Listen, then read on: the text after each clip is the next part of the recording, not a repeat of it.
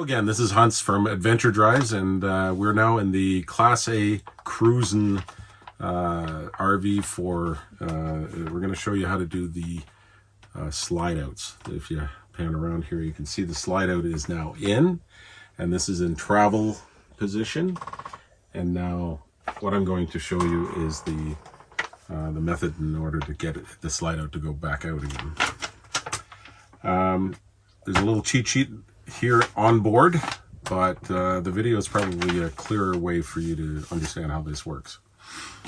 Number one, so important.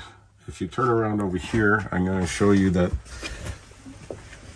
there are, can you get around a little bit? Lock arms that need to be released, and this chair, unfortunately, is in the way of this slide out.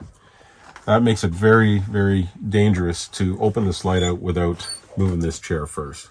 So the very first thing you need to do is pick up the slider on one side and the tilt on the other, and get that seat well out of the way. If you're not doing this, it's going to cost you a couple of grand just to replace the seat. So next step, if you come around here, I'm going to unlock the lock arm, which is there for the driving position. Come over here. There's another one on this side. It's not, you're not going to be able to see it. You just have to reach in and unlock. Takes a bit of strength, but it works. So now it's in the position where it can be rolled out. Next step, if we look up here on the control panel, the slide out button, in and out, it is simply one press into the Lock upright arms position. must be released and all seats, chairs, and other furniture clear of the slide-out area. There will be a 5-second delay for any necessary adjustments.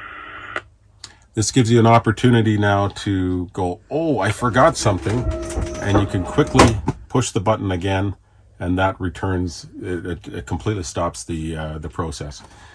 You hit it again, the whole cycle will start again, but this is important to know. Lock arms must be released and all seats, chairs, and other furniture clear of the slide-out area.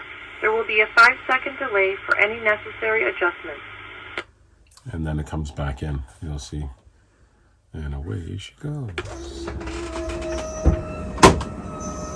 The creaking and bumping little noises is not unusual. It's normal. Another thing to remember, please don't have your children sitting on this while you're extending it. Any extra weight does cause some problems. So we just want to stand clear of it while we're doing this.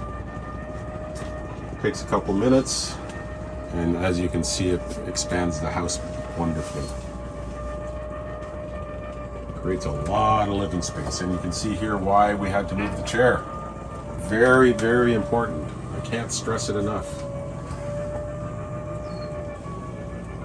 All right, so now we're going to show you how to retract the, you're getting ready for travel and you need to retract the slide out. I can't say it enough times, but that chair needs to move. You can see right now it's in an interference position between the slide out and this chair. It's a bad design, but we have a solution to make that not be a problem. So again, take the slider, pull your seat all the way up, and take the tilt and get it right out of the way. No problem. Then we go back to our control panel, use the slide out. Same process as we did before. Chairs and other furniture clear of the slide out area. There will be a 5-second delay for any necessary adjustments. Just a note, there are no lock arms to worry about on the way in. And you can hear it struggle a little bit. It's a little bit slow at first, but once it reaches the hump, it will come in much quicker. And there it goes. All right, once the slide out is back in, before we can travel, we have to lock the arms. And if you remember, well, you may not remember. Here's the lock arm. All you need to do is push up on the center. Oh, look at that, a little extra beep. Do that again. Push in from the center and it's a good smack to bring it up. There we go. This takes a little bit more effort because you can't really reach in, but same thing, and that's locked in. And that's your main slide out procedures.